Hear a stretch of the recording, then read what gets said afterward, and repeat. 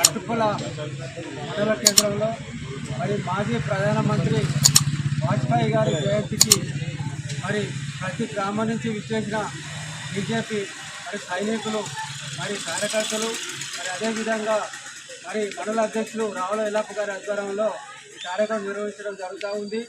అదేవిధంగా ఈ కార్యక్రమానికి ముఖ్య అతిథులుగా మరి జిల్లా కార్యదర్శి తిరువేరు దుర్గయ్య గారు, మరి మండల ప్రధాన కార్యదర్శులు, మరి అదేవిధంగా బూత్ అధ్యక్షులు, శక్తి కేంద్రం ఇన్ఛార్జీలు, మరి భారతీయ జనతా పార్టీ కార్యకర్తలు, మరి సోషల్ మీడియా కన్వీనర్లు అందరికీ కూడా పేరు పేరున ధన్యవాదాలు తెలుపుకుంటా ఉన్నాం.